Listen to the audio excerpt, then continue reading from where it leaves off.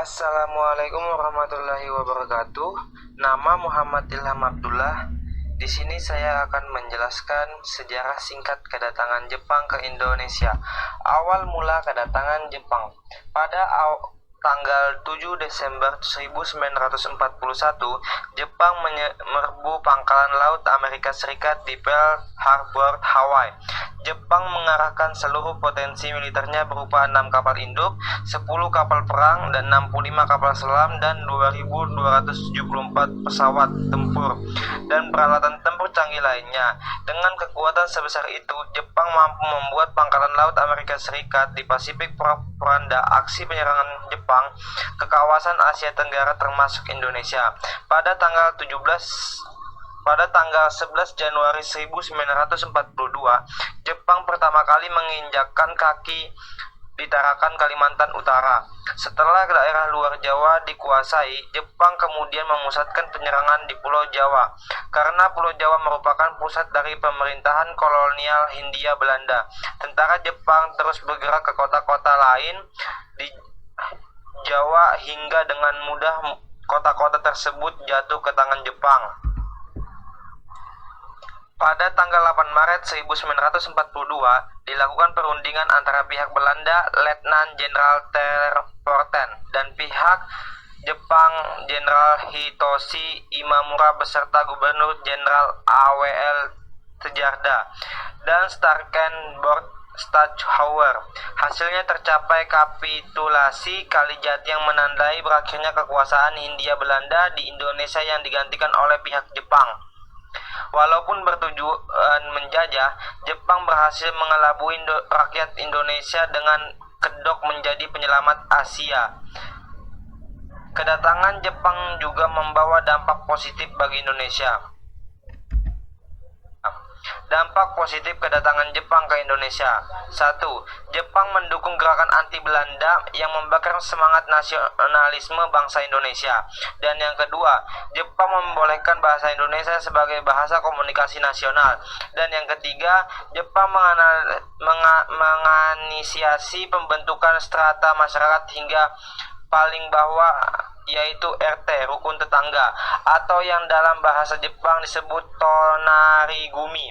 Jepang mendekati pemimpin nasional Soekarno untuk memobilisasi dukungan rakyat Indonesia. Dan yang kelima, Jepang ikut mengunggah rakyat pembentukan PPKI dan PPKI sehingga persiapan kemerdekaan Indonesia. 6. Jepang juga menginisiasi pendirian koperasi sekolah untuk kepentingan rakyat Indonesia. Ketujuh, budaya Jepang yang disiplin diperkenalkan dalam kegiatan upacara bendera di sekolah. Kedelapan, tentara Jepang bersedia melatih dan mempersenjatai pemuda Indonesia. Awalnya untuk kepentingan Jepang, tapi akhirnya dipergunakan pemuda bangsa ini untuk melawan Jepang sendiri. Dampak negatif kedatangan Jepang ke Indonesia.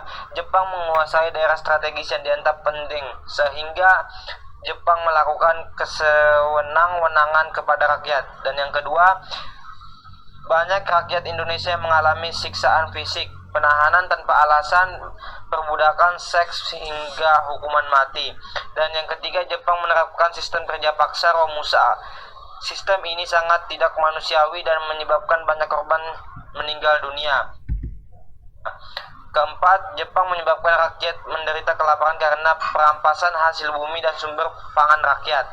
Kelima, suara rakyat dibungkam, dibatasi sehingga tidak ada yang berani mengungkap kejahatan Jepang. Keenam, terjadinya kekacauan situasi dan kondisi keamanan yang parah, seperti maraknya perampokan, pemerkosaan, dan kejahatan lain di tengah masyarakat.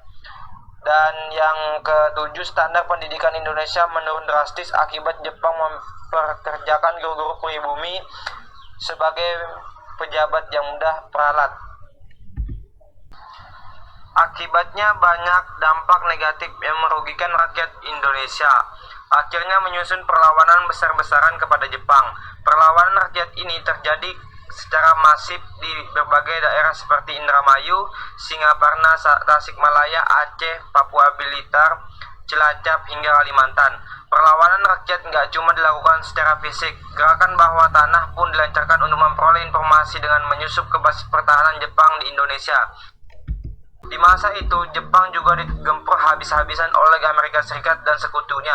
Pada tanggal 6 Agustus 1945, sebuah bom atom meledak di kota Hiroshima dan pada tanggal 9 Agustus, bom atom kembali dijatuhkan di kota Nagasaki yang membuat negara Jepang menyerah kepada Amerika Serikat.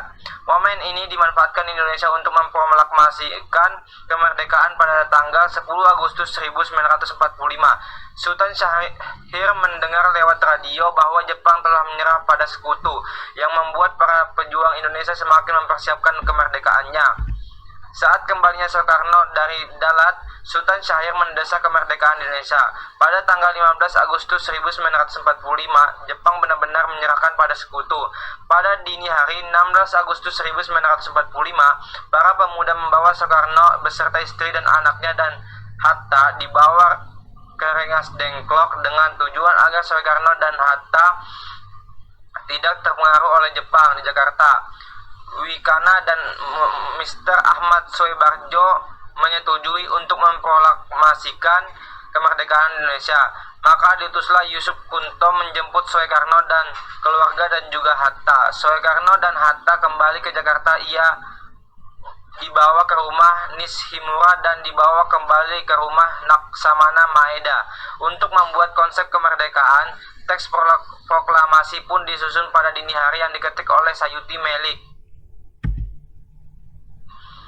Pada harinya 17 Agustus 1945 di kediaman Soekarno, Jalan Pengangsaan Timur nomor 56, dan dibacalah teks proklamasi itu pada pukul 10 WIB dan dikibarnya bendera merah putih yang dijahit oleh istri Soekarno, Fatmawati, dan disambut gembira oleh seluruh rakyat Indonesia.